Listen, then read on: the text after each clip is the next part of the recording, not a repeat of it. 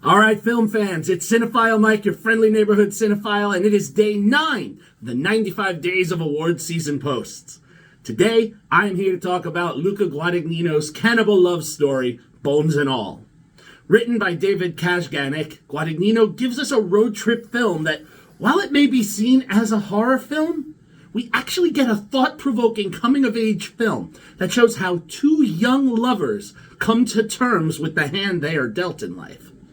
Timothée Chalamet and Taylor Russell play lovers Lee and Marin, respectively. As we follow these two on their trip through the Midwest, we can't help but be curious to see how they will embrace their fates as the cannibals that they are. What would you do to survive? Are your actions justified? In the film, taking place in the 1980s, a very nice break from the cell phone-ridden, technology-centric culture we are in now, we see just how isolated these two are when they were separate. And all we want to do is see how can they be together and ultimately reach their happily ever after. But as we know, these paths are not always as simple as we would like them to be. On this journey, we also meet a very interesting man named Sully, and expertly creepy Mark Rylance, who plays his own role in the Lee and Marin relationship. As they journey, they meet more people that are just like them and see the challenges that they will encounter, and maybe find a way as to how to live with this. Amongst those others that we meet along the way are great performances, if albeit short, by Michael Stuhlbarg and Chloe Sevigny.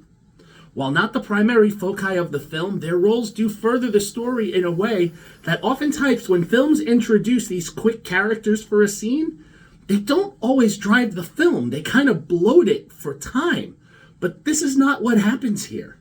Guadagnino utilizes each character, and whether they're in one scene or they're in almost every scene of the film, nobody gets wasted. Everyone has a role to play. As he did with his Oscar-nominated Call Me By Your Name, Guadagnino takes us on a journey of self-discovery for our protagonists and leaves us guessing up to the very end how it is going to end for them. Additionally, Trent Reznor and Atticus Finch provide a beautiful and at times eerie soundtrack to set the scenes in this adventure. And the end song, You Make It Feel Like Home, is just the kind of song that the Academy often nominates, and it doesn't hurt that Reznor and Finch have been there before. So, in that vein, for the Oscar predictions, I could see them, those two, nominated in both the Best Score and Best Song categories. In addition to those, Mark Rylance himself could also find himself back in consideration for Best Supporting Actor. He's already been nominated for this role in several other awards this season, including the Independent Spirit Awards. Now, given the other female performances that have been out this year, Taylor Russell may slightly be edged out, but she does provide a heartbreaking heroine that we want to root for in this film. For me, this is a very strong 4 out of 5 stars. This is beautiful storytelling told across the beautiful backdrop of the Midwest. Also, I must say, while some have categorized this as a horror film, I do not. I see this as a coming-of-age romance film with a little bloodshed. But this journey to happily ever after may be a little bloody. Without spoiling too much, because I know I've seen some people post that they're not that excited to run out and see this because they don't like bloody, gory films and they're kind of torn, I'll just leave it at this. I have seen episodes of The Walking Dead that are much more visceral than what I saw here.